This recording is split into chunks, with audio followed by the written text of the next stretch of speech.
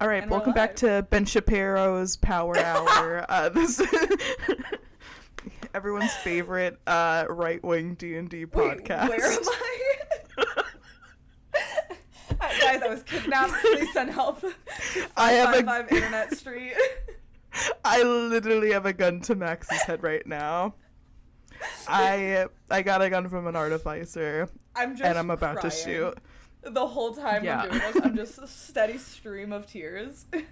But yeah, so flavorful intro right there. This is not a right-wing podcast. Sorry if you've clicked that with this assumption. Yeah, welcome to the Princess D&Diaries. I'm Sydney. I'm Max. We both know each other. We play in a Monday game together, and we accidentally became friends, I feel like, because we started like messaging each other about stupid shit, and we're like, wait a second, we're actually the same person. So Max and I are friends now. And so Max streams. Yes, Max is a very awesome streamer. You should definitely check them out.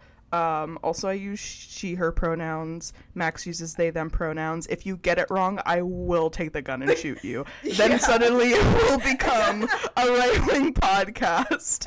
I will be using my Second Amendment right. This is a right-wing podcast. It just automatically flips. So if you want D&D content, don't misgender me. Then don't fucking misgender Max, or you're gonna die. And you know what, FBI? You know what? If somebody turns up missing, and it was because they misgendered Max, you know what, FBI? Like, keep my name in mind. Look into me. Look into me.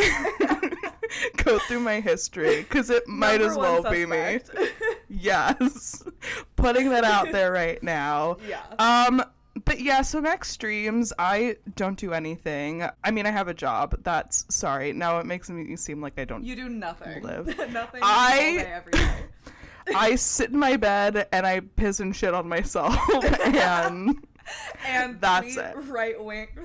I can't say those words together. My brain simply won't allow it.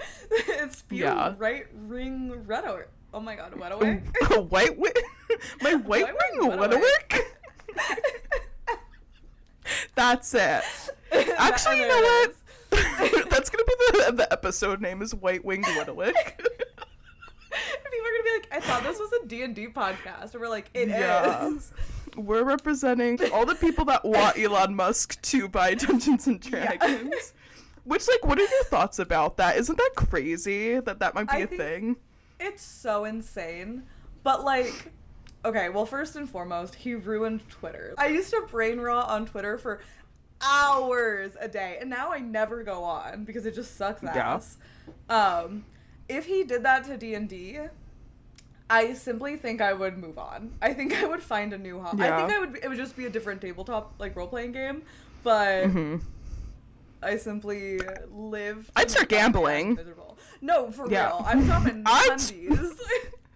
I'm playing poker. Yeah, that Elon Musk thing is fucking crazy, though. I feel like Dungeons and Dragons, when it was created,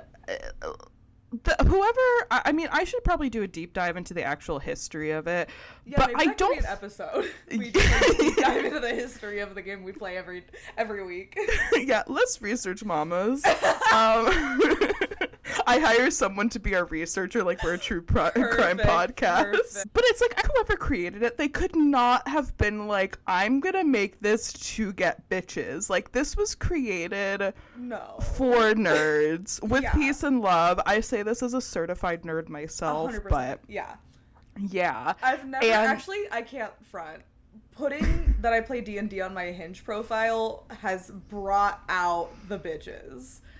Respectfully. Oh, wow. The bitches Good love bitches? D&D. Good bitches. They're bitches? all like, wait, you play D&D? I've always wanted to play. And I'm like, let me show you now. Actually, I don't respond ever, and I delete the app. But I do the same thing. Yeah. I get one message. I'm like, actually, delete. Yeah, but with the Elon thing, it's like, no one created this fucking game with the intent of, like, it being for cool kids, I feel like. And so now, in today's age, we're both, like, queer, so it's not to say that queer people aren't cool, but I'm just, you know what, this is a right-wing podcast. Obviously, this is a right-wing podcast. A white-wing podcast. A white-wing podcast. So, I say we aren't cool. at least the degree of gay that I am is not Yeah. cool, so I think it works. Yeah, but it's like, yeah, not saying that gay people aren't cool, but it's just like, I don't know, it's just, I feel like we're kind of the outliers sometimes, and we just like kind of have to like gravitate towards similar people to us in that kind of space, and so that's like why a lot of us play Dungeons and Dragons. I can play a gay tiefling who kicks ass. I don't kick ass in my regular world. So maybe sue me if I want to roll some dice and play someone cool who's also hot and gay. Yeah, you're telling me I can play a blob? I'm gonna play that. Drifting away from Elon Musk because fuck that guy. Fuck that guy. Fuck that guy. But drifting away from that, I wanted to talk about Gauntlet at the Garden. Which was, for those of you who don't know, it was like Dimension 20, which was this really big like actual play series. If you're listening to us, I'm sure you listen to them as well. And if you don't, then you're right wing. Then you are right wing. Yeah, but it's like really cool. They do like actual play of like Dungeons and Dragons and Kids on Bikes and like some other stuff.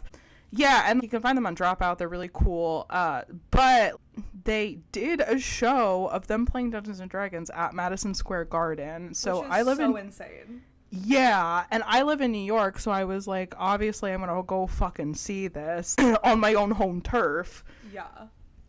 It felt like I think it was like the Super Bowl was in Vegas when I was there, or it was some big thing, and I just remember that feeling of living in that city when that big event was happening was how I felt about Dimension 20 playing at Madison Square Garden. I was like, this is a big fucking deal.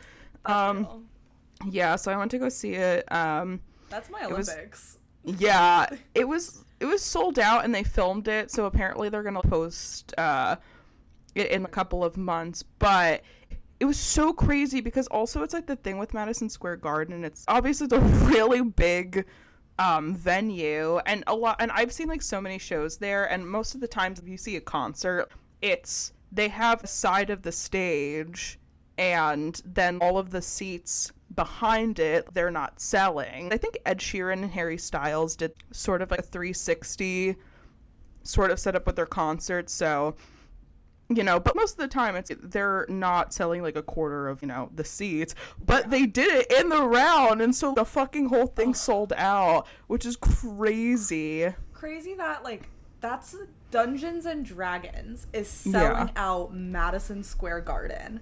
Like I feel that's dead ass game changing. Yeah, figuratively and literally. That's crazy. Yeah, the vibe was really cool though. Everyone there had blue hair and pronouns.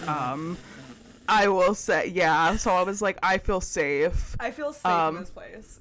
Yeah, precisely. The merch lines were crazy, but I also I got there 2 hours early because they also had a coat drive, and I was like, I'm gonna get there right as the coat drive starts because they were giving out these little pins. And I lucked out because also here's the other thing. This is my one qualm. Actually, I had 2 qualms with the show, but the first of 2 qualms was that so many of the people that I think got tickets were out of towners. Yeah, it was a lot of people flying in, and I think it was because they did on Sleeping City, which is a campaign about New York City. So I felt like a little, I was like, oh, they're doing it at Madison Square Garden, this is for the New Yorkers, a little, I don't know what the word, not territorial, but along those. That makes sense. You're like, okay, this is my city. You guys are out-of-towners. This isn't for you. Exactly. Which I think is so fair.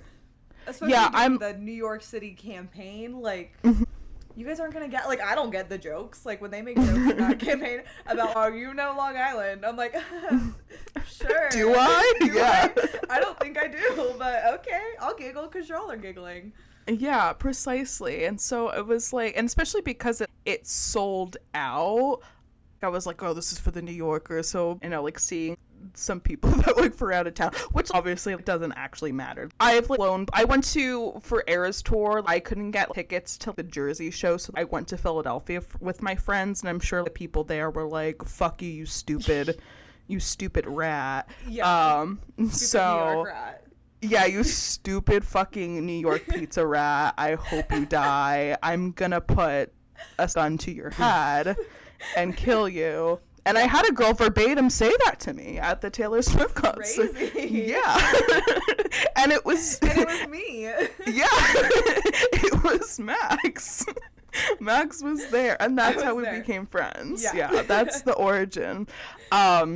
So there was so many people that were like out of town, and like I could tell like they've never been to like this venue before. So there at Madison Square Garden, there's I think like 5 different entrances, and I usually go out around the back, but they're doing the coat drive in the front, I heard. So then I go there, I go to the front entrance, and a shit ton of people like already lining up at only one of the entrances. And I'm like, I don't want to, and this is 2 hours before the show starts, and I'm like, I don't want to fucking wait with all these people. So then I go around the corner to the other entrance that is literally, I shit you not, 30 feet away from where everybody's lined up. And I go and I talk to a security guard. I'm like, hey, where's the coat drive? And he's like, what are you talking about? I'm like, typical Madison Square Garden, the security guard not knowing what's going on. Yeah. So it was like, okay, I know I'm in the right place because he doesn't know what's happening. But I was like, yeah, the coat drive. And he was like, there's those people over there. Go talk to them. So there's literally just these 2 people setting up this table and have a bunch of boxes. Nobody is around them. Everybody is still at the other entrance.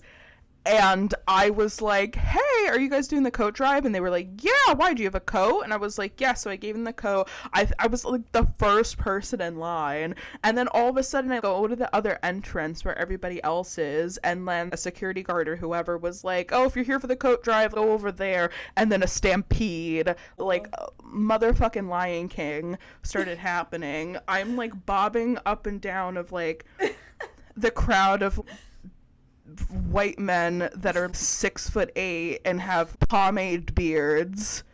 You know, it's there was a lot of pomaded beards, which like I love a good pomade, but like that's Listen, the crowd. I've said before, I'll say it again. I love a good pomade beard. Yeah, and I'm always saying that. Always saying it. You can find me on record saying that. Also, find me on record saying I will kill anyone that misgenders you. Yeah. So FBI, jot that down. Get that written down on paper. If you find a dead body and there's pomade at the crime scene, you like rest assured that was me. We've got a new serial killer on the rise, and the calling card is pomade. Yeah. My Zodiac cipher is written in beard pomade. They'll be like, God damn it, she struck again. But yeah, so that stampede happened. So I waited for another hour. Got in, merch line was crazy. I did manage to get a shirt. The shirts were really, really cute, but like they all sold out. And apparently there's people that are scalping them, which is super sad. If you're scalping them, fuck you, fuck your mother. Kill yourself. Literally, you know, not even cutting that. Not even cutting that. Not even. Full send by a rope. That's gonna be the TikTok clip. Is Max just going, fucking kill yourself. I hate scalpers because they've prohibited me from seeing so many shows. Mm-hmm. So at this point, it's personal. It is a personal vendetta I have. And FBI, listen, I know you're watching. If you start seeing a rise in scalper deaths, look for the pomade. I'm there. Oh my god, wait, if the FBI is listening, do you think we can like get them to play with us? Okay, for a second FBI... I didn't know you meant by play with us, and then I was like, wait, D&D? No. Okay. Yeah. I was like, I was picturing Saw, like, do you want to play a game? And I was like, what are we doing?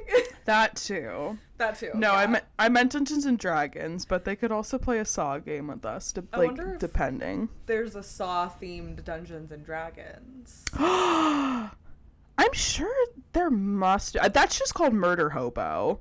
Yeah. That's okay, just... yeah. that's just actually the Tomb of Annihilation. It's just it's just a saw trap. I was literally just about to fucking say Tomb of Annihilation. Fuck that campaign. Dude. If you play Tomb of Annihilation, you hate yourself. That campaign is so hard, and there's no reward to it. Someone in my chat last night was talking about it. This is the third conversation I've had about Tomb of Annihilation. What does Angel Numbers Tomb of Annihilation mean? I'm getting sent to Tomb of Annihilation. I was gonna say that you maybe run Tomb of Annihilation, but yeah. Maybe one day. One day. If you're ever like, I'm so fucking fed up with Sydney, I want to like drive her away. You'll be like, want to play Tomb of Annihilation? And I'm like, I'm gonna get my gun. Picture this. Me, you, Tomb of Annihilation, non-stop for 12 hours. Let's go. That, you know what, that does sound fun. However, I do have a prior engagement to rearrange my sock drawer that day. Fair. So I will have can't put that off either. That's top prio. The socks are screaming for attention. They need help. Yeah. Oh yeah, but I get the merch. And there was also, this is also the other thing that I could tell that there was some people that have never been to this venue, is like this girl came in with Kristen's staff, like a cosplay staff. Didn't they say no props? Yes, they literally posted it everywhere, and she came in, and of course, like, I think they took it away.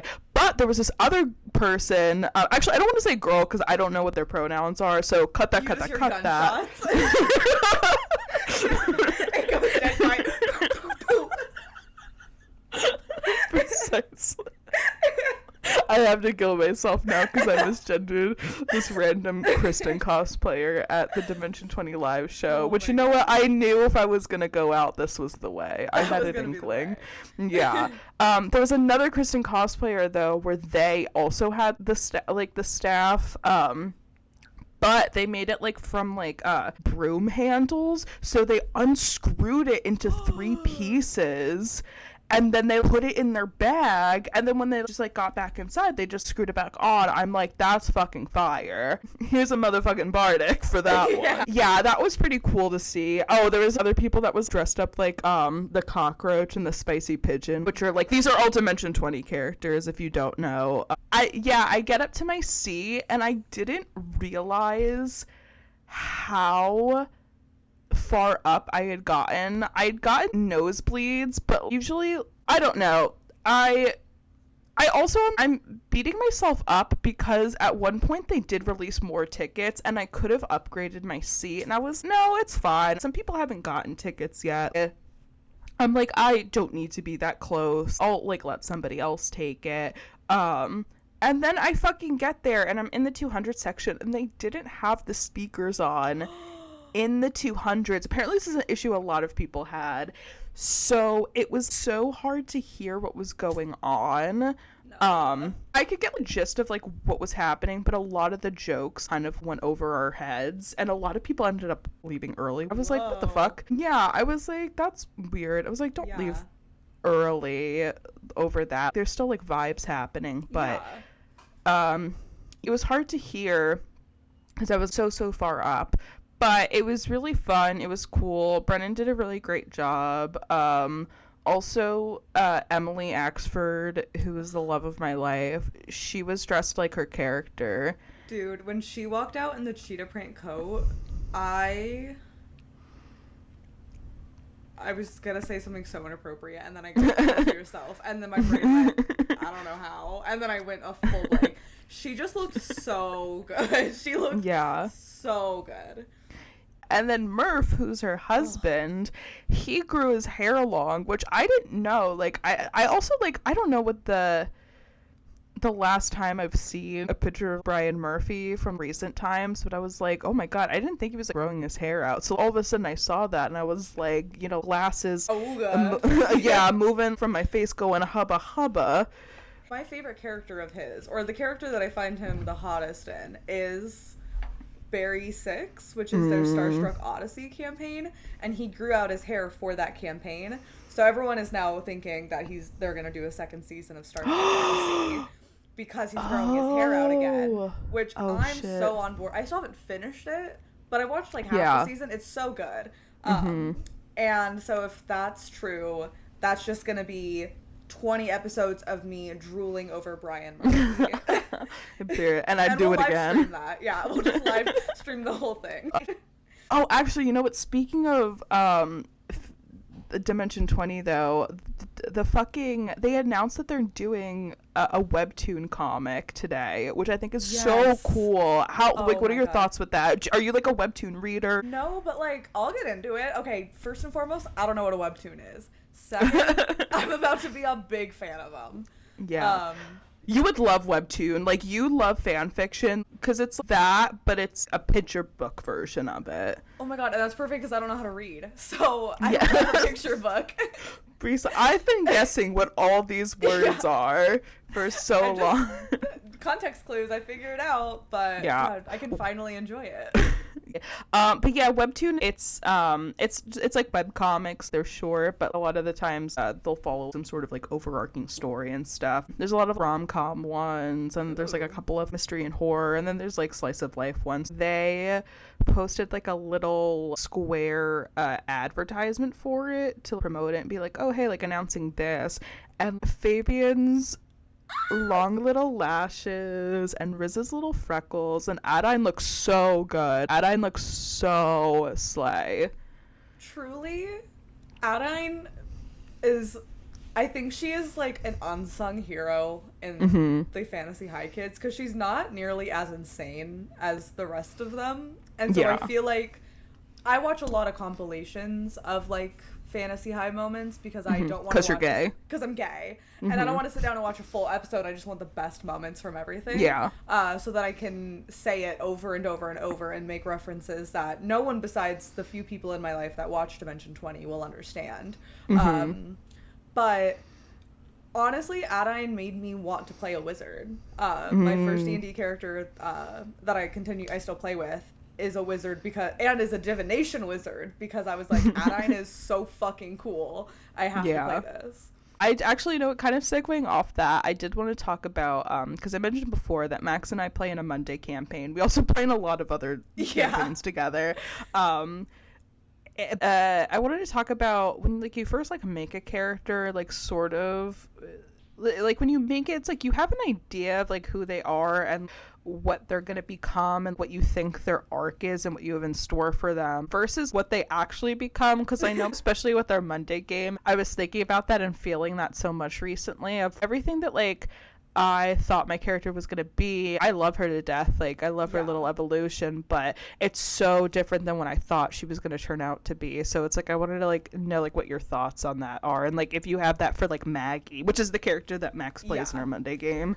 Yeah, no, when I made Maggie, she was going to be full wizard divination. She was very inspired off of Rory Gilmore. I wanted to be... Because her whole thing was that she was homeschooled. She lived in a tower her whole life with her dad and a mentor and just read all the time. And all she would read were little love stories, and she just was a lover girl.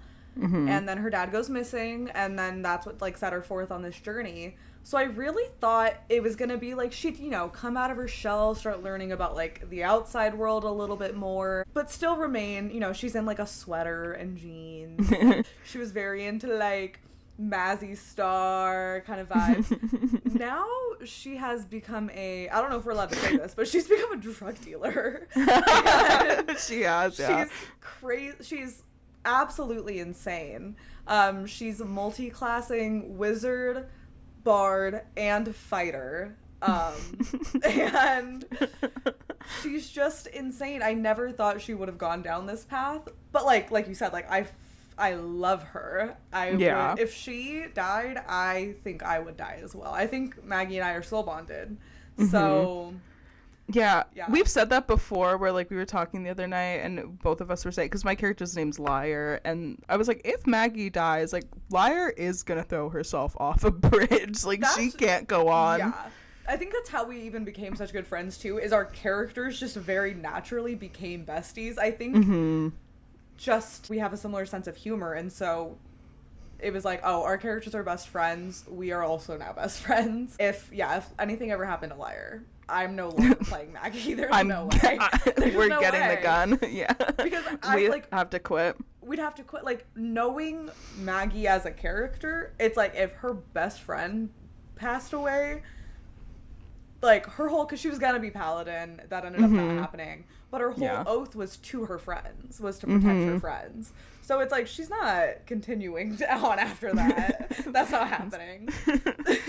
That'd be so hard. Yeah, with like Liar, I feel, because it's like I made her kind of like similar. She also had a Rory Gilmore sweater, but it was less like Rory Gilmore, but it was like the scrawniest nerdy band kid from like a Christian household that you've like ever seen. It was kind of based off of this girl that I used to have like class with in an elementary school when I was like in 3rd grade. I love the trope of sheltered church girl that is actually just a freak of nature, and that's kind of what Liar is. And I know that deep down, you know, she has like more chaos to her.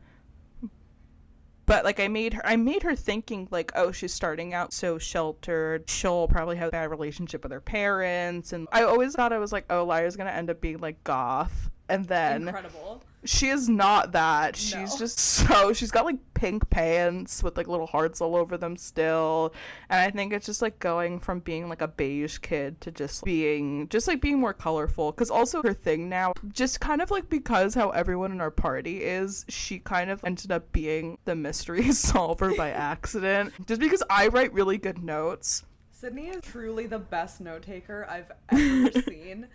It's like saves my ass, because my notes are pig fart ? And then the next day I'm like, what the fuck was that? And that's the only note I had, and I'm like, okay. Yeah. So then I'll text Sydney and be like, hey, what are your notes from last week? What was this? What did we do? What did we do? Yeah, and so it was like, because I like write all these notes that I started reading them, or our DM would say stuff, and I'm like, oh, this is from this, or this is connected to this. And so the mystery was getting so hard, and then it started pouring into, I feel like, how our characters felt, because then I just remember just all of a sudden I was like, all right, now my 16-year-old Yuan-Ti bard with like a rolling backpack is now like chain smoking cigarettes, and she's pulled out a cork board and she's like trying to point it to all of her friends what the fuck all of this means. And I think that just started avalanching on top of itself, because now she's also rogue. But yeah, it's like so crazy thinking of like, oh, this is who they're gonna be. But I guess it's like also how it is with kids. Yeah, I feel like I definitely didn't expect Maggie to become a drug dealer, but she had such an insane crash out and just started... Just as a face tattoo now? Oh, yeah, she did. Well, I rolled a nat 1 trying to contact her dad, and then her dad fully blew her off, was like, stop contacting me. So... Typical dad move. So she got a face tattoo, which... Hey, listen, in my teenage years, during one of my many crash outs, if I had access to tattoos, 1000% I would have gotten one, and I probably could have been persuaded into a face tattoo. I'm real gullible and easily persuaded. So... Yeah. I think they were also, like, still in, like, some domain of dread. Yeah. When she got the face tattoo. And it's not even anything subtle. It's a dagger over her eye. Speaking of our characters, I did want to like talk about crazy Monday session stories. Our Monday game is so, not that our Tuesday game also isn't like wild, but I feel like it's like a little bit more tame than our Monday game. Our Monday game just like goes like in the best way, because it's the energy that like most of us want, but it like goes like off the rails sometimes.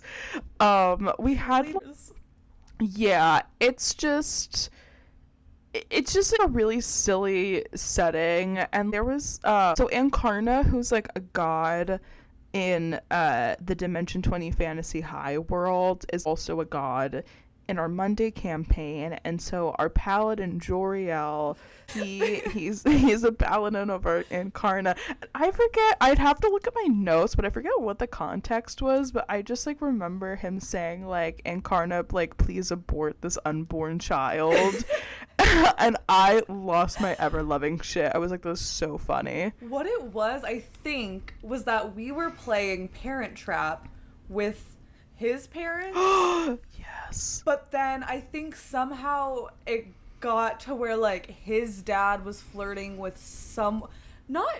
it was Jojo's dad was flirting with Joriel's mom. Yes. Jojo is another character. Okay, so like we should give a rundown real quick of our campaign. We'll split this out for you. So I play Lyre, who is a Yuan-Ti bard. Max's character Maggie is a wizard bard fighter.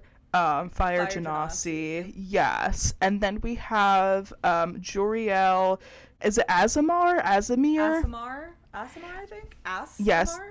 Asimar? Slap that Asimar. Yeah, so Joriel plays an Asimar paladin. And then we have Jojo, who is a Shatterkai blood hunter, which is like the I think it's Matt Mercer, his homebrewed class. That's our party, and we're called the Misfits. But yeah, so Jojo's dad was flirting with Joriel's mom, and Joriel was like, no, I'm trying to get my parents back together. And so I feel like with Maggie and Lyra, they'll always just kind of fucking just like try to rile up the boys. They're always like, your brother's so hot. They'll just do stuff to just Maggie make fun of them. Canonically has a tramp stamp of Jojo's grandpa and Jack from Jack in the Box tattooed kissing as a tramp stamp just to piss Jojo off. Yeah. And then Joriel, I think, also has that same tattoo, but it's like on his ass cheek, so when he clenches his ass, it shows them kissing. We play 16-year-olds. So yeah, like, there's really 16-year-olds into the chaos of teenagers. Yeah, but it's like, I feel like it's like so like realistic to an actual high school friend group, because I know with all of my friends in high school, I would do that same exact shit. So then we're just kind of going to Joriel, and we're like, ooh, your mom's gonna have Jojo's dad's baby. We're gonna have his little half-step sibling. And then I think that's when he starts praying, Incarna, please abort this unborn child. It was so funny. And then there was like, we had like another party like the next session after that. Pitbull was there because Pitbull is now canon in our universe and a part of our party, low-key. Yeah, he is now. Yeah, we've like, I think it was because you love Pitbull so much. You were saying something about Pitbull. And then I went into Hero Forge and I just started making a dog person with a suit and a mustache and goatee and sunglasses, and then I sent it to our DM. I was like, this is Pitbull. And so he bought the Hero Forge figurine and he put it in our game. So now he's part of that. Oh, also another really good real life person that we've brought into D&D. Well, actually, you've brought into D&D is Chris Angel Mind Freak.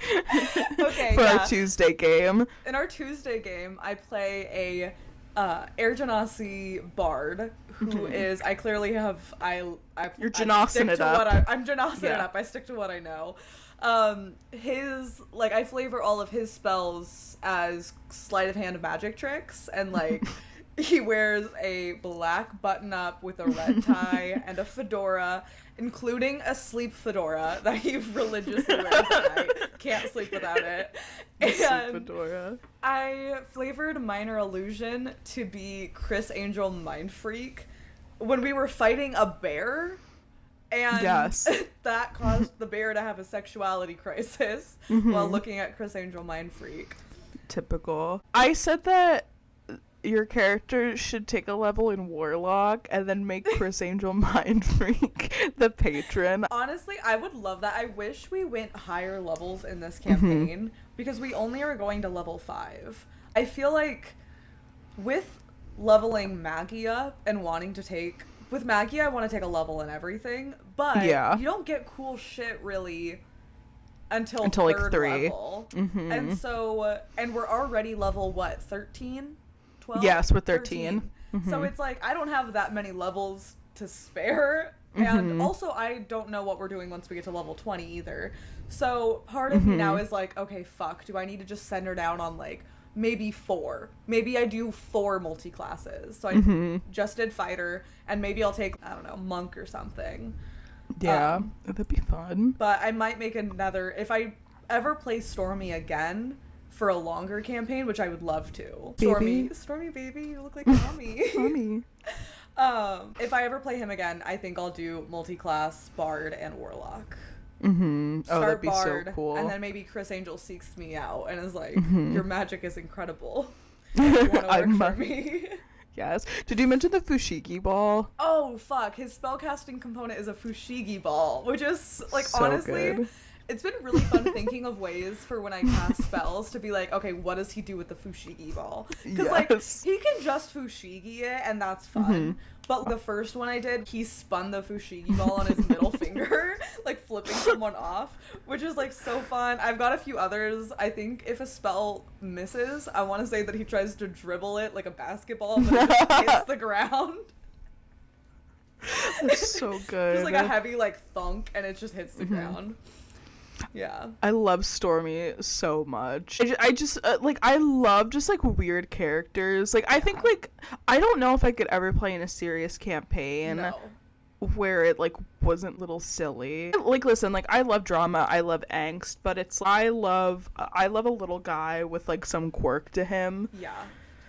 Wait, you have to tell them about your character for the Tuesday game. Oh my god, for the She's Tuesday. so iconic. Yeah, I really wanted to play a hot Cheeto girl, so I've created a goblin monk named Karma Dogpile. She's a hot Cheeto girl who is also like what's the other thing? Hot Cheeto girl. Oh, a cookie pajama pant girl, and she's like very Jersey. Because they always say write what you know. She's got a perfectly curated messy bun. She's got huge gold hoops. And then she's got a tight white tank top that's see-through. And then she's got a neon zebra bra underneath, and you can absolutely see the straps. And then her pants are, instead of Cookie Monster pajama pants, it's like a bunch of blue bugbears all over the pants. Oh, and then her familiar is it's an animated bag of flaming hot Cheetos. I love playing a monk. Oh my god, yeah. I didn't think I'd be able to do it, but like we did like our first fight and I was like, oh, okay. But also the other thing, it's like I never would have thought to play, because at first I was like, oh, I'm gonna play her as a halfling just because she absolutely needs to be like a short meatball, like Snooki sort of like character. Yes. She needs to be a Jersey short meatball. So I'm like, it has to be a race that's short. So I was like, okay, I'll do halfling, because halflings, I forget which kind of halfling, but it's like you can get the Lucky feat, and I love Lucky. Yeah. And then I was this campaign, so we can take it. And then we were having our session 0 with our DM, and he's like, I banned Lucky and Keen mine. I was like, oh, fuck me in the ass. That was like the only reason I was going to take it. It's okay, well, I'll see what other races there are, because even though it's a short campaign that we're playing, I'm like, I do want to like kind of make her strong. So then I looked, what about a goblin? And I would never have played a goblin just because I love pretty little bitches. So I'll just look at goblin just because I think it'd be funny. And goblins have like really good feats, and I was like, oh, this would actually be really fucking good for a monk, especially because they have Fury of the Small. It allows you to do extra damage when you hit. I was like, oh fuck, I think I need that. So now I'm like really glad that I decided to play the goblin. Yeah, she's a diva. And I feel like Fury of the Small, even just like as a concept for a hot Cheeto girl, just like makes sense. Those were the girlies that would stick up for you and like beat up like a full grown adult man, whoop his ass. Yeah, this character is my love letter. Every hot Cheeto girl that I knew in high school. we have made our characters friends because yeah, Stormy is the ripping those shoulder straps of the backpack Naruto running the class. And they have formed an alliance. Yeah. I think we did really good in our first fight, because I remember our DM was saying, holy fucking shit, I thought this was going to take so much longer. Yeah, because I've never played a monk, so I was like, fuck. I've only ever played a bard before. I need to start playing different games to just learn how to play other classes. Yeah. Because I do want to DM eventually, so... Yeah, I played a monk at starting at level 5, and I did 2 fights, and I was like, I'm honestly very lost with this. And so I think what I would like to do is play every class starting at level 1. It's truly like I need the levels to grow. I need to spend time at level 1 and then spend time at level 2 and yada yada yada. Because otherwise I'm just like, I don't know what the fuck I'm doing. I don't know what key points are and how to use them and what are the rules for them. I don't know. Same with like Warlock and shit. Like it's making me scared to take levels in Warlock because I'm like, I don't understand how all this shit works. I did see someone had posted an idea for a Warlock character where somebody that with each level of Warlock that they took, they like gave their soul to a different patron. And so that it turns into like a harem anime where it's all these different patrons are like trying to win the affection of the one Warlock, and they're like, oh gee, if I didn't know all of these super sexy demon women would be coming after my soul. I'm like, I think that needs to be my next character. Yeah, that's iconic. That's so slay. I also wanted to talk about smoking as two people that love gardening. Yeah. Big fan. We are, big certified gardeners. I love to garden before playing D&D. Same. When I lived in Vegas and my roommates and I would play all the time, constant gardening. So that's how I play most of the time, and I feel for me it makes it more fun because I am not like I want to do serious, gritty, you know. We're not playing Tomb of Annihilation, so.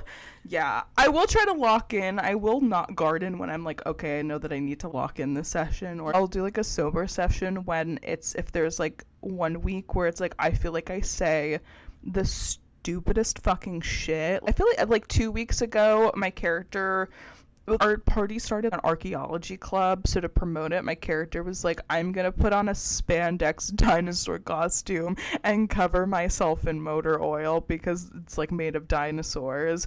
And then I think the next week I was like, I cannot for the next session because it's just gonna be too much.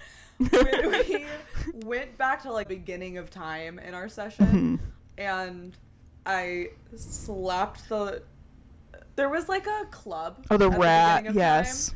And I like slapped the rat and kissed him and like convinced him to let us into the club as teenagers. And then went inside, talked to the librarian who was at the front desk of the club, and then warned her about 9/11. But like didn't say anything else, just said 9/11, be ready. And then I think I kissed and slapped her too.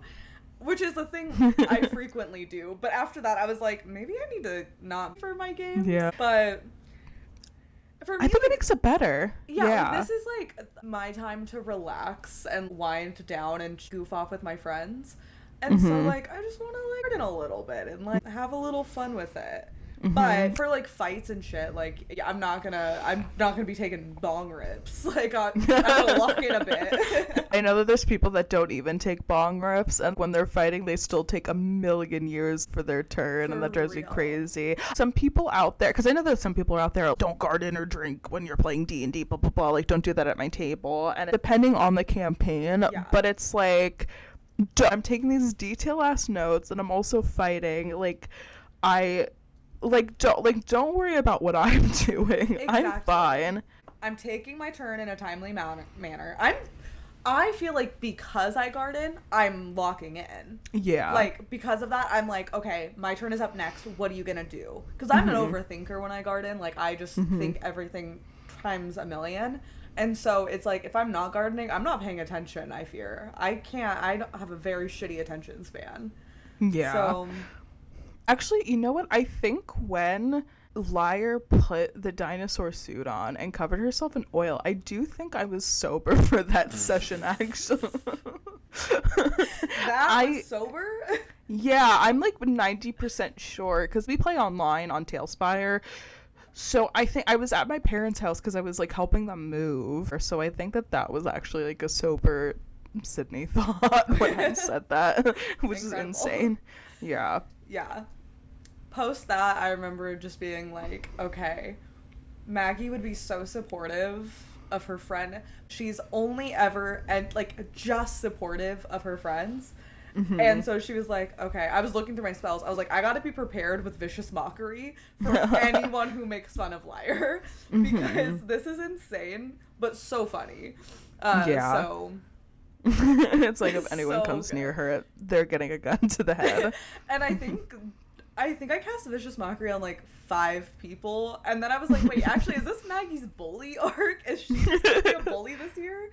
Yeah, maybe it is. Again, it's like that. Again, it's that thing of being like, oh, this is what I think my character's gonna be. Yeah, actually, you know what? Rounding back to that is another thing is particularly with that campaign is all of a sudden, because there was this storyline that we've just like started to kind of complete where it was because it's modern fantasy, our Monday campaign, and so elementals are the things that power cell phones and they power cars and basically like all the electricity in that world.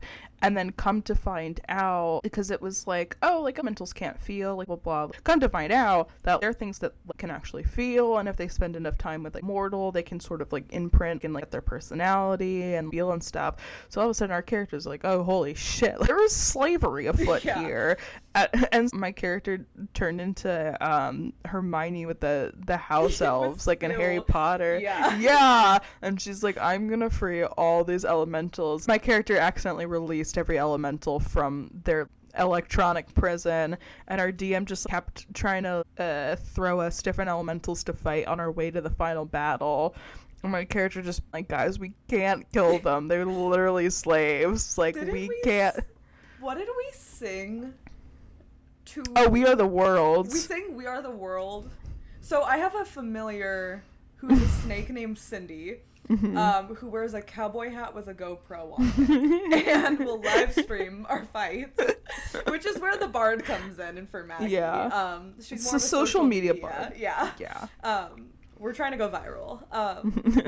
And so we live streamed us singing We Are the World to a bunch of elementals, and it stopped the fight. Honestly, I feel like I was so out of it in that fight because I was like, what's happening right now? Like, what are we doing? Yeah. Which actually, you know what, segueing off of that, we got introduced to an NPC recently. It's this little kobold guy, and we were like, what's your name? And he's like, oh, it's Rimbly something. But then like we kept being like, okay, like, should we call you Rim? Should we call you Rimmy? Oh, and then like devolved into like, okay, your name's Rim Job. And I could feel the pushback. I could feel the pushback when I was like, unfortunately, once you put the word rim job in my head, this character will only ever be Rim Job. Absolutely, yeah. I could feel the pushback from the DM being like, no, his name's Rimbly. It's like, actually, it's I'm so sorry. It's, you give me a weird little guy, his name's gonna be Rim Job now. He can't have a normal name. No, absolutely not. What was he, like 6 inches tall or something? Yes. I'm sorry, that's Rim Job. Like, he's wearing a bucket on his head. And he's got a familiar who is a tiny T-Rex. Yeah. Like, you're gonna look me in my eyes and tell me that guy's name isn't Rim Job? I love just like weird little guys. Like, my character now has baby Bjorn. Oh my god. For every time we run into a weird little guy. Do you have like a favorite NPC that we've encountered? Wow. Okay. I really did love Tim, who was an NPC we encountered like kind of in the beginning of our story, and then ended up being like the partner of one of our players. They have left the game since, but yeah, I loved Tim because Tim was a wizard, and so theoretically we were like, oh, we're gonna share spells and things like that. But Oh, or Mary. Oh, yes. Oh, my God. I forgot That's about my Mary. favorite. That was genuinely the moment where I was like, we have to be friends. We have to be friends. That was a day that I had gardened so much. I had gardened, full stop. I gardened way too much that night. So it was a bar/strip club in our town. And the owner of it was into some shady business. And so we were going there basically to find his son, who goes to, like, the school we go to try to get information on it. We got through the bouncer, I think, by saying we were 27. Mm-hmm. And then as we walk in, there was a centaur stripper. And no, the bouncer was the centaur. Oh, wait, who was the stripper then? The stripper was just like a random person. Mary was the bouncer. I thought this whole time that Mary was the stripper. The stripper. And I was like, you go up to a stripper, ask her name. She says Mary. And then Lyra responds, Mary like the Blessed Mother? Which, like, Jesus, not canonical no. in this world. So, no, absolutely not. But that was genuinely, like, the chaos that happened after that. It was just, like, the whole table lost it. But I didn't even say that, like, to be funny. I think that was just the first thing that came into my head. Which was even funnier. Yeah, she was like, Mary. I was like, oh, like the Blessed Mother. And I was like, what the fuck did you just say? So now I can't meet a Mary without being like the Blessed Mother. Yeah. Oh, oh my God, I did love that. I love Mary. I've wanted us to see her again, but we cannot go back to that strip club anymore. No. Oh my God. However, another thing I wanted to bring up is around Halloween time. Oh, so like the strip club's evil. We've come to realize the strip club is evil, not because of the operations happening, but the guy that owns it is evil. His son's evil. They're trying to open up a permanent Fae portal that's going to like do all these things, blah, blah, blah. And they're also letting people into like the domain of dread. So the strip club is evil. And then around Halloween town, like not Halloween town, it's around Halloween time. And I think we asked something like, because we're getting ready for the final fight. We're like, oh, what's happening for Halloween? And are there any like hot parties that like students are talking about? Yeah, and our DM is like, there is an all ages Halloween party happening at the Coven, which is the name of the strip club.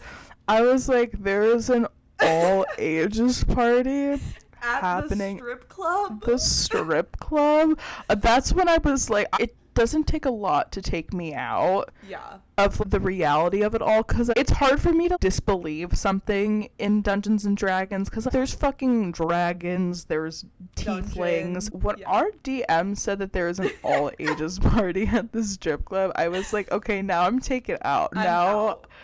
I'm like, then it became me as like the player. I was like, the all you have to stop ages. That. Yeah, I'm like, wait, hold on. I'm like, that sounds so bad.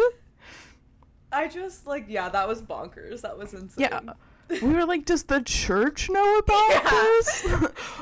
We're like, this is a town-funded event. Like, how it was, like, pitched to us, like, your towns have, like, town holiday, holiday parties or tree lightings. That was the vibe to it, where it's someone from the town, like, used government money to throw this party at the strip club.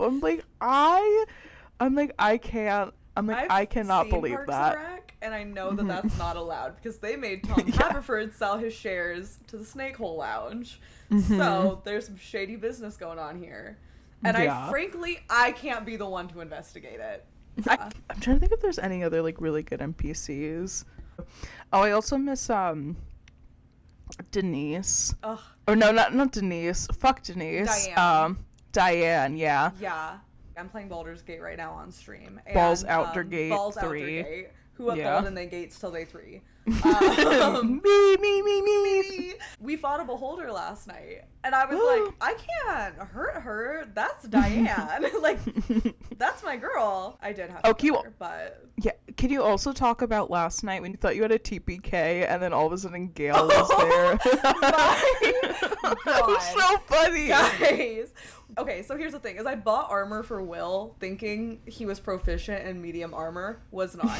So then I couldn't cast any spells, and we had sold his old clothes. So then I had to take off all of his clothes. So Will is fighting butt nude, okay? Just in his drawers, casting spells, everyone's a miss. I'm like, oh my god, he dies instantly. Then fails all of his death saving throws. And I was like, okay, that's not good. Then Shadowheart goes down. I go, okay, well, there goes our cleric, so we're fucked. I have no Revivify scroll. Then Karlach gets hit. We're getting beat to shit.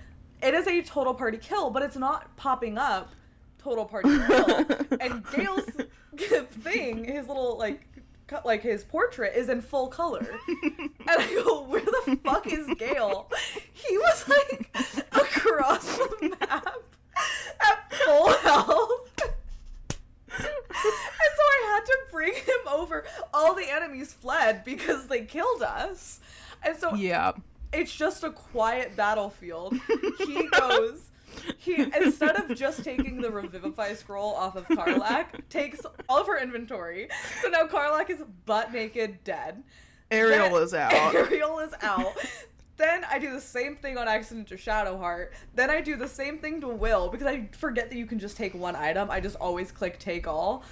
Yeah. But we don't have enough Revivify scrolls, and then Asterian's body is trapped under a dead monster, so we can't get him. And so we're having to, I have to keep teleporting to camp, getting a scroll, bringing it back for one person. We end up having to revivify Asterian through a character. His name is Withers, but I call him Bone Daddy, because I thought that's what he was called. And so I had to pay Bone Daddy to revivify Asterian. It was just the insanity of total party kill. Wait, where the fuck is Gale? Where did Gale go? Nope, across the map, looking at a mushroom. So funny. Good for Gale. No. Do you have a favorite character in Baldur's Gate? Oh god, it's honestly so difficult. They're all so hot. It's unbelievable. Right now, I really am leaning towards Karlach, just because she's so sweet and just has such a zest for life now that she's free. Is that the demon? Yeah. But I don't really know about the game, just from what I've seen you stream. Yeah. Will is the guy who was sent to hunt Karlach, and then we ended up making them besties instead. Because it's all love now. And so I have the fattest crush on Will. He's so hot. And then he just got turned into a devil. And so he now has these big horns, and he's so hot. Okay. But so far, horny. we've smashed Asterian.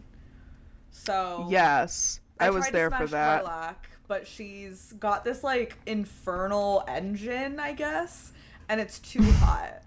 And so she's like, if we fuck, I'll set you on fire. And then I said, I'm a tiefling. What about that? And then she goes, let's not play with fire. And then rejected us. And that definitely took an ego hit. Yeah, that's my favorite part about playing Baldur's Gate, is every character is so unbelievably good looking and attractive. So it's truly even side NPCs, we just after fighting the Beholder, we clicked on this one NPC in the area, and it was genuinely the hottest man I had ever seen in my entire life. He was a dark elf, and I was like, can I smash this guy? Is that an option? And he didn't speak at all. And I was like, I need him. I need a man who's silent. Please. Pull the car over, please. I'm begging. I need him to like air now. Fan art now. No, I literally think I need to go look up fan fiction for him, because I'm like, that can't be the only time I see him is once and he doesn't speak to me. That's my type. Yeah, that's the one thing about Dungeons and Dragons that like does like make me like sad sometimes. Like I remember like our old like Warlock brought this up too. When you're not playing, I want to like read like fan fiction or see fan art of like our little characters, but it's like it's not. They just live in the heads of like you and like the 5 other people you play with. I have been dreaming of a Maggie Liar Birds of a Feather edit like more than anything. Shut the fuck up, like, me too. I need that. But it's like we don't record our sessions, so it's like we can't even get clips of us. Because like for Christmas we did Secret Santa and Liar got Maggie, which I sobbed. And like she gave me like a friendship necklace of that shows versions of us in every universe being best friends, because it's confirmed in every universe our characters are friends. Absolutely, which is also why Stormy and Karma from our Tuesday game are friends. We have decided we have to play best friends in every game. Yeah, should we read our homebrew items that we got for Secret Santa? Yes. I feel like that'd be fun.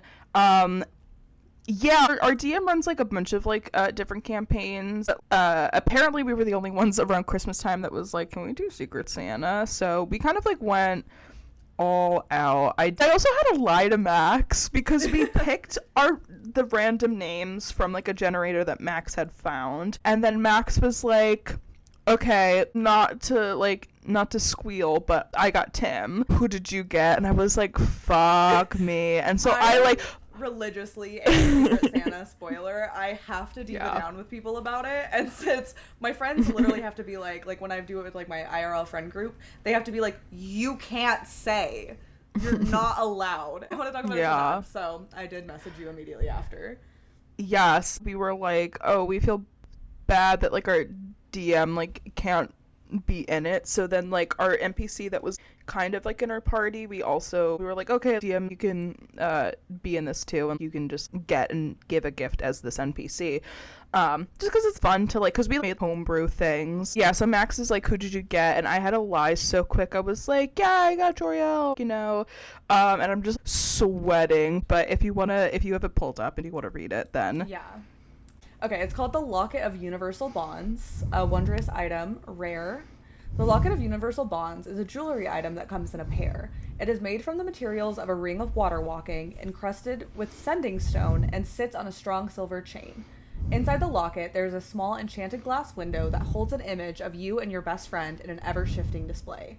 Each time the locket is opened, the image changes to show the two figures as they appear in different alternate universes. Sometimes they are famous adventurers with flowing robes, sometimes scholars blowing dust from scrolls, or even simple besties laughing in a car trunk eating Jack in the Box. My character likes to be in a car trunk a lot. And each image, their bond remains unbroken, no matter where, when, or who they are. The locket is a gift from Liar to Maggie, symbolizing their unwavering friendship across time and space. If they are ever separated by the cosmos, the locket is a reminder that no matter the universe, they will always find each other, and their friendship will always endure. Best friends in every universe. We were getting sent to a lot of different planes and a lot of different times, so I'm like, I need to ensure that they can cast sending to each other if they get separated, because it almost happened. It's almost happened, I feel like, honestly, a few times. And so, basically, when you open it, you get to see a version of you and your best friend in a random universe, so you can't interact or speak with them, though. And then it's got sending. So when you touch one necklace, you can use an action to cast a sending spell. The target is the bearer of the other necklace. If no creature bears the other, you know that fact as soon as you use the stone and don't cast the spell, which is nice. So it's like, if something's wrong, if there's whatever reason, like Liar's not wearing it, then we'll know. And then while wearing this locket, you stand on and move across any liquid surface as if it was solid ground. And also destroy water. You can destroy up to 10 gallons of water. My character Maggie is a fire genasi, and so I put that she was aquaphobic, and it's come up a few times where we've been places in water, and it was specifically a time that Sydney wasn't in the game. Like, I think you had something for whatever reason. I was at work, Oh, yeah. And then we went to this area and there was water everywhere, and so Maggie was freaking out, and there was no rush from anyone to leave, which granted, but like we had shit we had to do, but I was like, no. And then my character got pulled into the water, and so it was JoJo. One of our party members pushed you in, pulled me into the water. And and so I think the next week you slapped him. Yeah, you told me about that, and then I was like, okay, Lyra's gonna bitch slap JoJo, because it was like, I wasn't there for that session, but we were like, okay, it just makes sense to say that Lyra would have been there, because we were like, it wasn't a dungeon, but it was like kind of yeah. It was kind of a dungeon crawl. We were like dungeon crawling in like a big building, essentially. We shot the shit for like a couple minutes. I did recap, immediately started, and I was like, Lyra bitch slaps JoJo with peace and love, and he was like, yeah, he was like, what the fuck did you do that for? And she was like, you dunked Maggie. He was afraid of water in the water. I'm gonna beat you up. Best friends.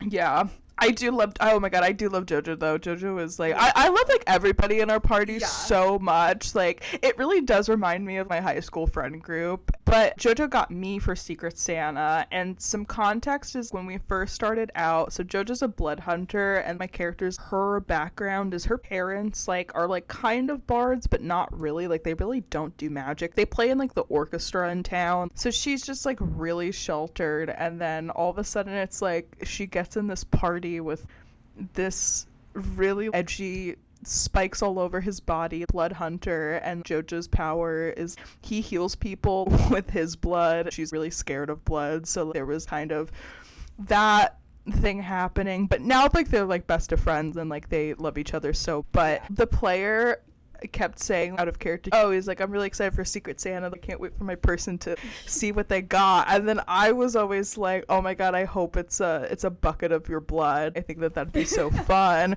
And then he got me, and I was so excited. So it's not a bucket of his blood, but it is blood related.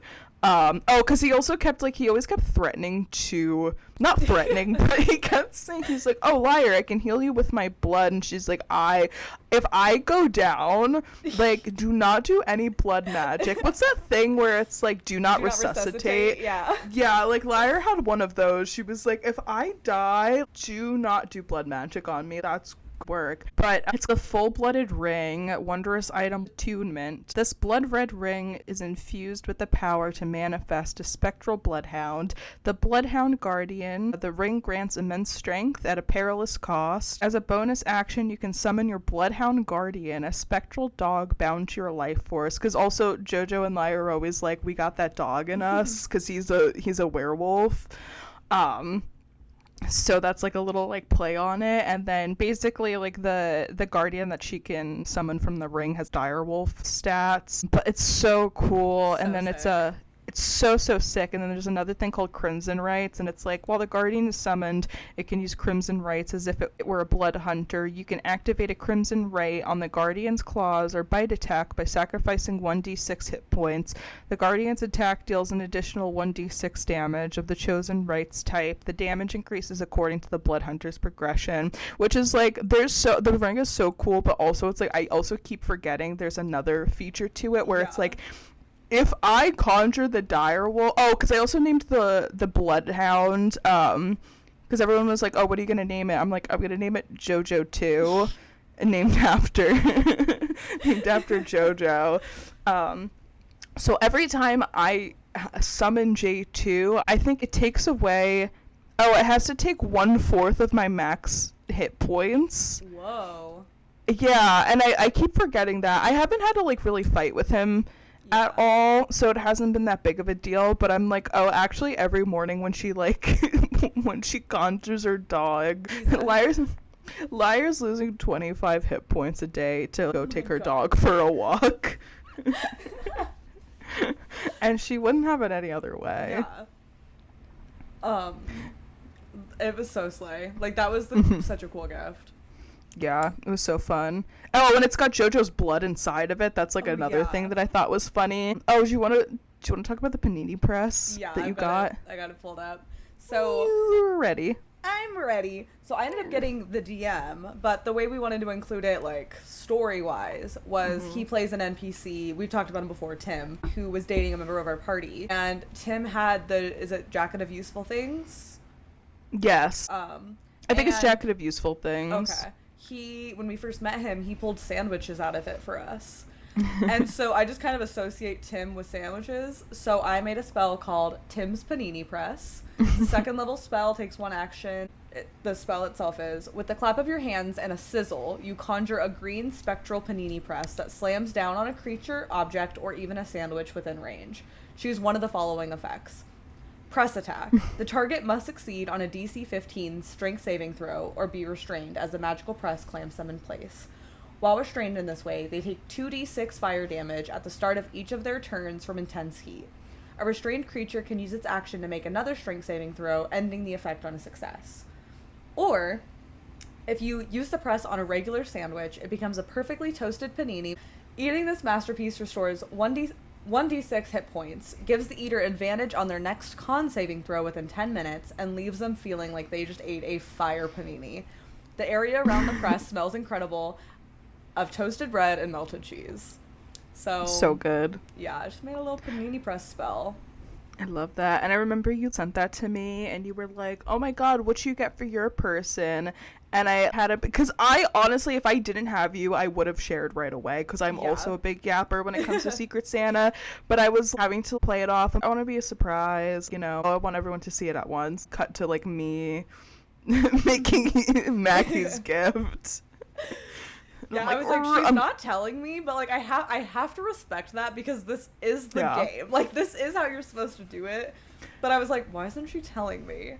No, I was so afraid that you were gonna know that something was up because I feel like you know me enough now that it's like I love to dive it down. Yeah. I would have told you right away. Yeah, it wasn't until it started out with the DM being like, I got Joriel, and so my brain was doing that like lady with the maths thing. I was like, but if you got Joriel, then who got? And then who? You were thinking like, oh, the DM like fucking like drew the name I was wrong. Scared that I was like, oh fuck, did it get fucked up? We all got Joriel. Yeah, we've got. I'm trying to think if there's any other craziness. We also both have the teddy bear of helpfulness, which our characters went to build a bugbear and made each other build a bugbears. Yes. And we put our voices into them. Do you want to say what you put into? Yeah. What Maggie put to life? So Maggie went to a corner of the store. Said, "I'll be right back. It's gonna be a secret." Went into the corner of the store and then screamed so loud into it, and then walked back and was like, "I can't wait for you to find out." I was like, "Oh, thank you." Lyra's gonna take it to bed with her and be cuddling it at night, and then all of a sudden she's gonna like hit the talk button and her parents are just gonna hear screaming bloody murder scream from the next room, be like, we need to pull her out of school. She's gotta go. She can no longer be an adventurer. Is there like a tabletop game that's sort of like GTA? Ooh. I mean, Never Stop Blowing Up, I feel like, would be the closest. Or the best, like, one to use. Yeah. Wait, let me Google this real quick. That's actually so fun, and I might need to steal that for my Twitch D&D channel. Oh my god, yes, talk about that. Okay, yeah, well, you Google, I'll talk about that. So, my best friend Indigo and I, we had a stream together, and then it just didn't work out for her schedule, so now I stream on that channel, Max_vibes, follow it. But we have created a, tabletop role-playing game Twitch channel. So once a week, I think it's going to be Thursdays, we're going to be playing different tabletop role-playing games. So anything from Dungeons and Dragons, Kids on Bikes, Warhammer, Pathfinder, literally you name it, we're playing it. And we'll do like short little like 5 max episode campaigns, and we're going to be streaming it.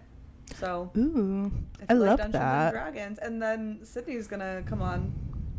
I am. Yeah. I will be on as a guest, or maybe not. Maybe you'll be like, I don't want her anymore. Who knows what the future holds. Get holds. off my stream. But I stay on the podcast. I stay on this. Actually, you know what? That almost happened to me, where the first long-running Dungeons and Dragons campaign that I did, and mind you, I will preface this with the ex that I was in that campaign with now is still one of my friends. She's like one of my very best friends, but we were in a campaign together and we had like been playing for like maybe 2 years, I think. Damn. And then we broke up, and then I don't know if it was like her that asked me or maybe like somebody else was like, okay, well, are you gonna quit D&D? And I was like, no, I'm still gonna play. I just don't want to talk, like, yeah. I just don't want to talk besides that. It was also just like, I was so dramatic. And then everyone was like, you're fucking stupid. You can't do that. So I ended up dropping from the campaign. But yeah, like I said, her and I are the best of friends again, so. Hi. Hi! Hey. Yeah, I did try to do that. We're not together anymore, but I still want to play my bard. I know we just broke up, but I do cast Healing Word. You get 14 points back. It was kind of funny because we were like talking about this recently, is our characters just did not get along. And there was one time where, because we were playing Tomb of Annihilation, Ooh. which is such a hard fucking like module. And that's a hard module to do for 2 years. Yes. That is like a long time to be doing. You said that NADPOD did it in 12 hours? Yeah, I was like, what the fuck? When you said 2 years, I was like, okay, I think that's the problem. Like, yeah, and we were playing like weekly. Like, it wasn't even like, oh, we're playing like monthly. Like, no, we were playing weekly, except for like a couple of Fridays like where we had a miss. But it was like, yeah, it was insane, but our characters like did not get along. I think it was also just like, I will like 100% admit, like when I first started playing D&D, I was not like good at playing because I also just like, I really didn't know anything. I kind of got brought into it because it was like, we'll teach you, and like I really didn't get taught. And then it really like took until like maybe like this year for me to actually like understand the game. That's so real. I didn't know how to short rest. I didn't really know what that meant at all. And so I would just give myself all my spells back, and I basically just pressed long rest on D&D Beyond, which is stupid because there is a short rest button. So like, I don't know why I didn't just click that. I don't know why I didn't look it up. I also added my... You also said you couldn't read, though. I canonically can't read. You can't read. I added my proficiency bonus twice on everything. I would say until maybe like 6 months into our campaign. Because I didn't know D&D Beyond automatically added it for like all of your skill checks. So I was like, okay, so 3 plus obviously my proficiency bonus 4. Okay. It's like, wait, no, it automatically does that. Oh my god. Yeah, I do remember, like, I think maybe 4 months ago, someone was like, I do the help action. I was like, wait, what does that do? But yeah, the thing is, I was not great at role playing. I was not great at like, because I was also just kind of still like my edgy phase, I think. And so I was not a good player. And then we were in some temple, and my character fell in. I don't know if like her character had like pushed me in or something, but it's like my character fell into a pit and then managed to get out. And then my character was like, because my ex's character's adoptive father was also in the party. So I think my character, whose name was Tomato looked at I'm sorry, Tomato? Yeah, Tomato. Tomato the Bard? Tomato the Bard, yes. I need to know everything about him later. Yes, I will. I'll explain Tomato after this, but yeah, she just looks at the adopted father and was like, you're a bad dad, blah blah blah, all this stuff. And so that immediately after my character got out of the pit, then he silently just pushed her back in. When my ex brought it up the other day, I was like, actually, that's so fucking funny. So like funny. Also just like well deserved, like push me back in the thing. But yeah, Tomato was my first D&D character. She was a bard. I also didn't realize how multi-classing works, so our DM was like, yeah, tell me if you're gonna multi-class. I was like, and we started from level 1, so I was like, yeah, I'm gonna do bard rogue, because her thing was that I was stage managing Pirates of Penzance in college, and there's the main character in that lives with pirates for all of his life, and then he leaves on his like 18th birthday or whatever. So then I was like, oh, that's her backstory. She was living with pirates, and then she turned of age, and she's like, I'm gonna leave, I don't like doing this. So then she became a bard, and then the very first thing that she saw when she got off the ship was a bush of tomatoes. So she was like, that's gonna be my name now. Incredible. Yeah, but yeah, I didn't know how like multi-classing works, so I just kept making her a bard, and I was like, I wonder when the DM's gonna let me do a rogue. Yeah, because I was like, I didn't know that had to like also add a thing to it. Again, I didn't know how Dungeons and Dragons worked at the time. So yeah, she was just like a straight bard, but I wanted her to be a rogue because she had the pirate background, but that never happened. But also didn't realize, I think I was a fucking human bard using like unarmed strike and vicious mockery, because also again, Tomb of Annihilation is hard, so it's like sometimes we'd go a really long time without taking a long rest, so I'm like, I gotta save my spells, you know. So we're fighting hard monsters, and I'm like, I'm gonna use a cantrip. I'm gonna cast vicious mockery for 3d4 damage. Take that, big bad. Yeah. Can I make an honest confession? Oh my god, of course. I don't know, like, I know what a spell save DC is. I don't know, like, how do I, like, what do I, like, how does it calculate, like, what my spell, like, what is it based on? Because I've got a spell save of 18. That feels crazy high. And hey guys, and this is what you're here for. You're here for the D&D content. Yeah. How does spell save DCs work? Yeah. Is there comments? I'll upload this on YouTube as well as Spotify, just so people can mansplain to us. Yeah, in the comments. I need a man to mansplain. Unfortunately, I've never said this in my life. Yeah. In fact, please come save me. Beg men not to mansplain D&D to me. For this one, I'm gonna ask for it. Yeah. Because I don't know really like what. I don't know. Or like even my modifier. How do I get my modifiers +5? Is that bad? Is that good? What is it? What is it? Okay, so it's saying formula is but this is also Google AI overview. It's saying spell save DC equals 8 plus your proficiency bonus plus your spell casting ability modifier. Okay. 8 and plus proficiency, which is shit. I'm at a 5 proficiency bonus now. You're at a 5 proficiency bonus? How am I'm so proficient. Oh my god. Wait, let me look at Lyra's sheet. I think she's still like plus. Oh wait, oh my god, my character's also +5. Wait, what the fuck did that happen? Is that because we're level 13 now? Maybe. But, like, yeah, we're pretty high up there. Crazy. I'm gonna start adding +5 to all my things again. I know that you and Indy are doing your tabletop stream. Do you guys have you sorted out what you guys think the first thing you're gonna stream is? I think we're gonna start with like a one-shot. Something so simple, because we did D&D one time on our old stream. It was a little clunky, a little awkward, because it's hard being a DM and managing the game and also chat and keeping chat entertained. Also, it's hard as the player to be the only one role-playing. I mean, like, theoretically, I as a DM am role-playing, but there's no one else for her to bounce off besides me, and I've got a lot of shit that I'm juggling, too. And so, and it's also just a lot of fushikiing happening. A lot of fushikiing going on. Being a DM is using a fushigi ball, and I've always said that, and I always will. And so, it's just hard, and I feel like I can goof off with you guys now that I know you guys. But, like, in the beginning, it definitely, like, we were not getting up to the level of goofs that we are now. Because now we're more comfortable. But, like, doing that initial roleplay online to anyone is scary.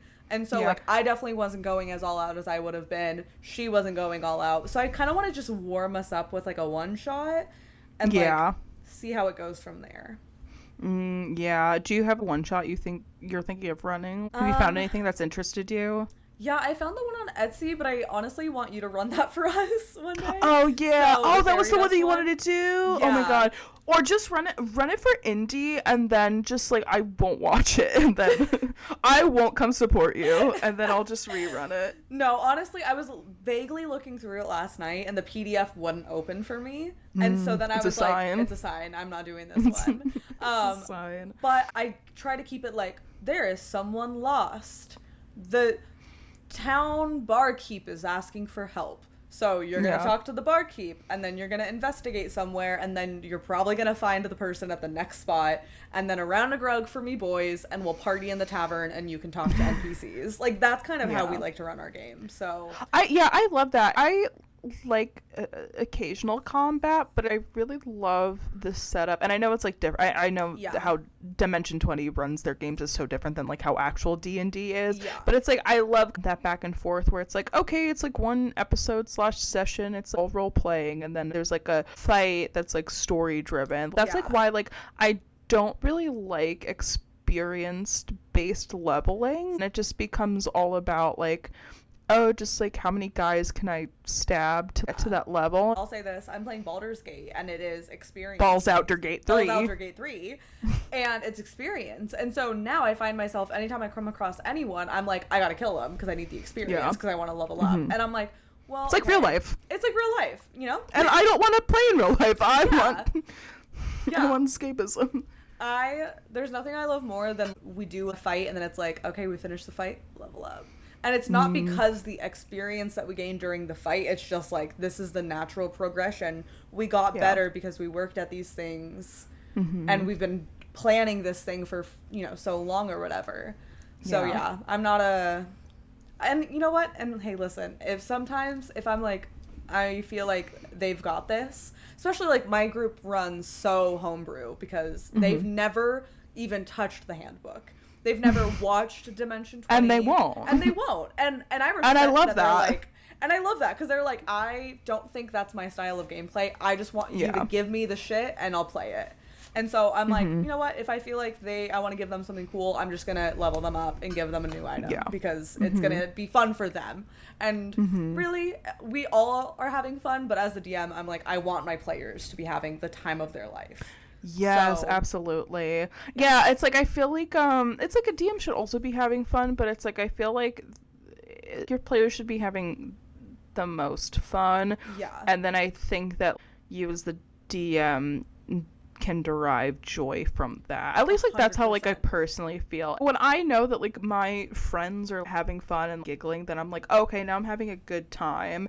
And I see like so many horror stories about like, or like I even like heard my one really good friend that plays Dungeons and Dragons is telling me about how like they've been playing for like years and the DM still has not touched on her character's backstory. I'm like, that's crazy. I'm like, that's insane. That is, as they say, cuckoo bananas. Yeah, and I feel like so much of building your characters being like, I can't wait to see how this plays out. And so it's like, when it doesn't, oh, what did I do all that work for then? Why did I like create this world for my character to just be like shat on? Yeah.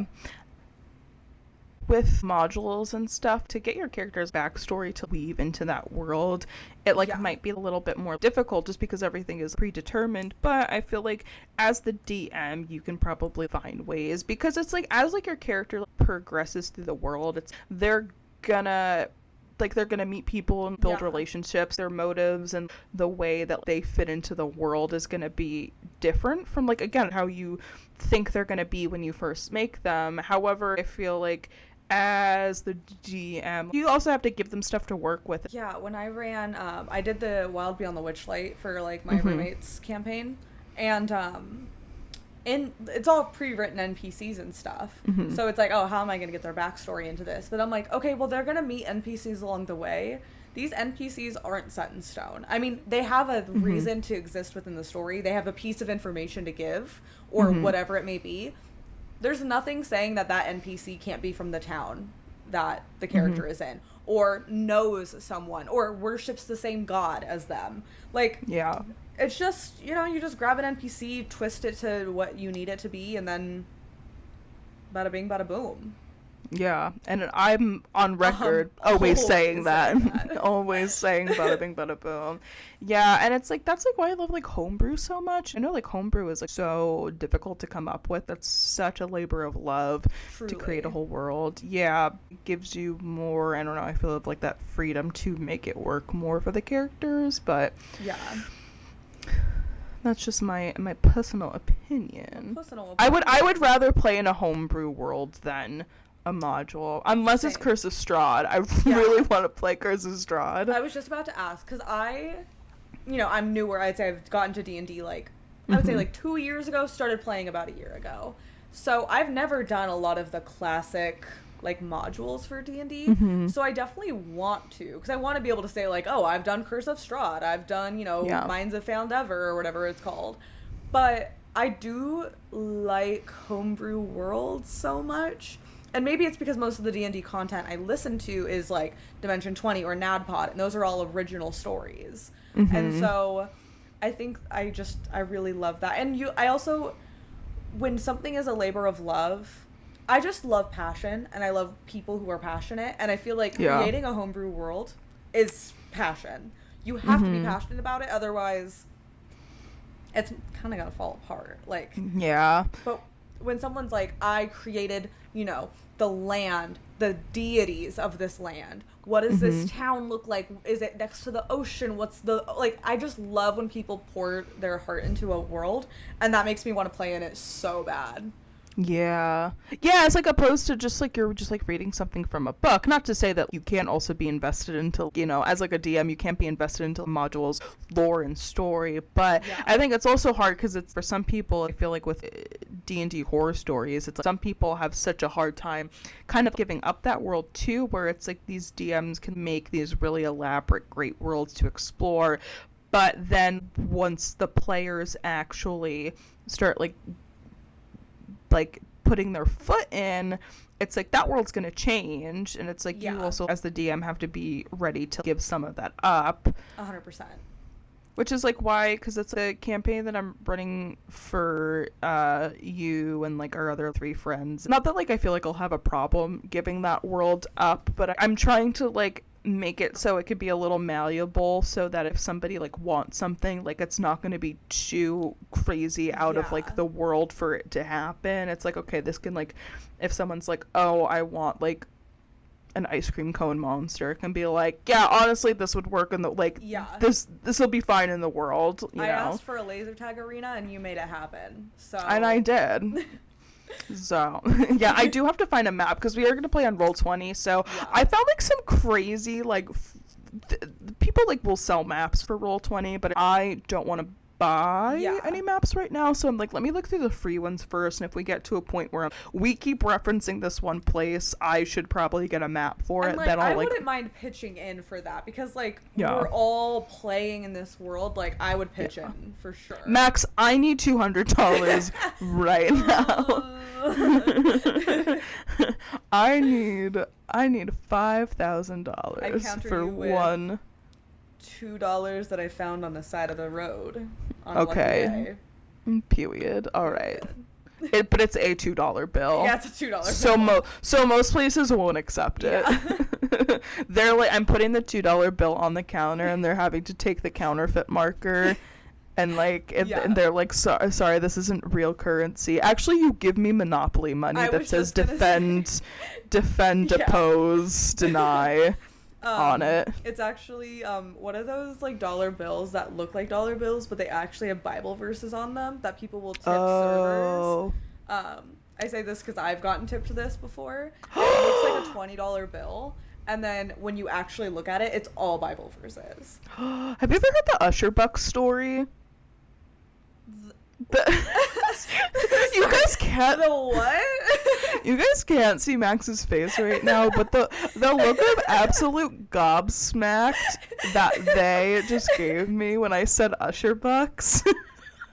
I think I broke Max. This is the one and only podcast episode. Usher Bucks. Yes, when I lived in Vegas and Usher was doing his residency, there was a a thing that happened where apparently Usher and his entourage went to like one of the strip clubs in Vegas, and I don't know if it was him or one of the guys he was with, but apparently they tipped the stripper Usher bucks, which was like fake money with Usher's face on it. I don't know where the Usher bucks came from. Fucking crazy. It's just the way that you're like, have you heard about Usher bucks? Usher bucks. Why would I have heard about Usher bucks? You know, Usher's famous bucks. You know the Usher bucks. I did just learn that Pitbull did a show in Alaska. Was it Pitbull? No, am I thinking of Yes. Okay, it was Pitbull, yeah. Yes, it was Pitbull. Pitbull did a show at the most remote Walmart location in the United States, which is Alaska. Would give anything to be a fly on the wall of that show. Dale. Love him. What do you hope for? Because our characters are in a Monday game. They're entering their sophomore year of their adventuring high school.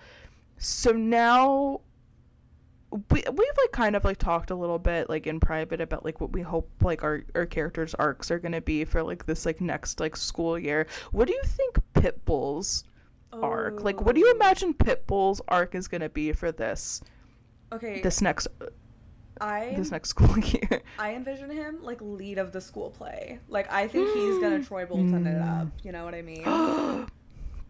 Yes, I could see him like, okay, we're doing like, I'm trying to think of like a really classic high school show because my show did weird ones. Guys and Dolls. I was literally thinking Guys and Dolls, but I was like, I don't know the main character in Guys and Dolls because my school didn't. Guys and Dolls. Okay, so he's doing Guys and Dale, and that's just what it is, and that's perfect. I was gonna say Legally Blonde, and he plays Al, but I think Guys and Dale is even better. Or he plays Vivian. Oh my god, actually that's so iconic. Or wait, he plays who's the professor? He's Callahan. Like, yeah, it's like Blood in the Water. Yeah, Blood in the Water into a rap, Pitbull style. I think Maggie would sign up to be in that show. Yes, absolutely. I mean, she does have 2 levels of bard, so she's allowed. Though it is nice to have like because at one point we had 3 bards in our party, which I feel that was too much. Yeah, a little bit like bard heavy. Yeah, it's like we're bard crazy right now, but it's nice having multiple people with bardic inspirations to throw out. Yeah.